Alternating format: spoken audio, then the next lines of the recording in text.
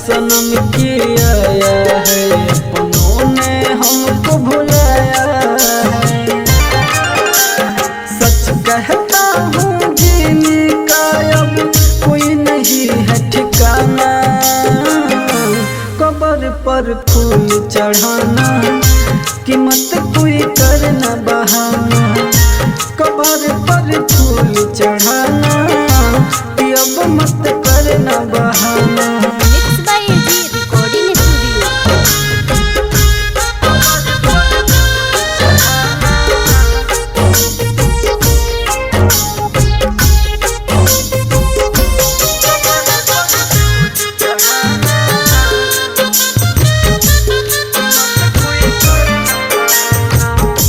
जिस पे भरोसा किया वही रुलाई है, भाग्य तक दीजिए में वो क्यों आई है।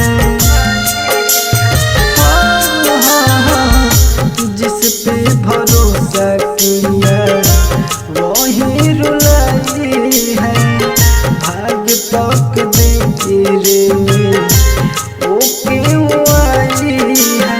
अब पल पल जीने को सीख लेना तुम रोजाना, कब्र पर फूल चढ़ाना कीमत कोई करना बहाना, कब्र पर फूल चढ़ाना कीमत कोई करना बहाना। एजी एंटरटेनमेंट की धमाकेदार प्रस्तुति।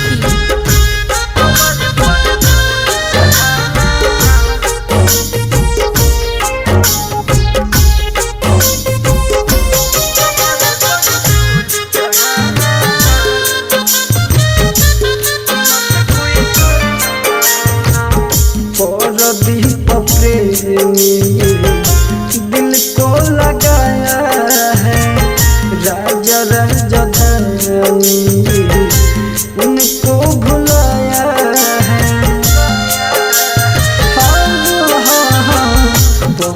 दीप प्रेमी दिल को लगाया है, राजा राजधानी उनको भुलाया है। दिल में आग लगा है ना जाने अब कैसे बुझाना, कब्र पर फूल चढ़ाना कीमत कोई करना बहाना, कब्र पर फूल चढ़ाना कीमत कोई करना बहाना। Mix by AG recording studio, Roshanpur Sapaha.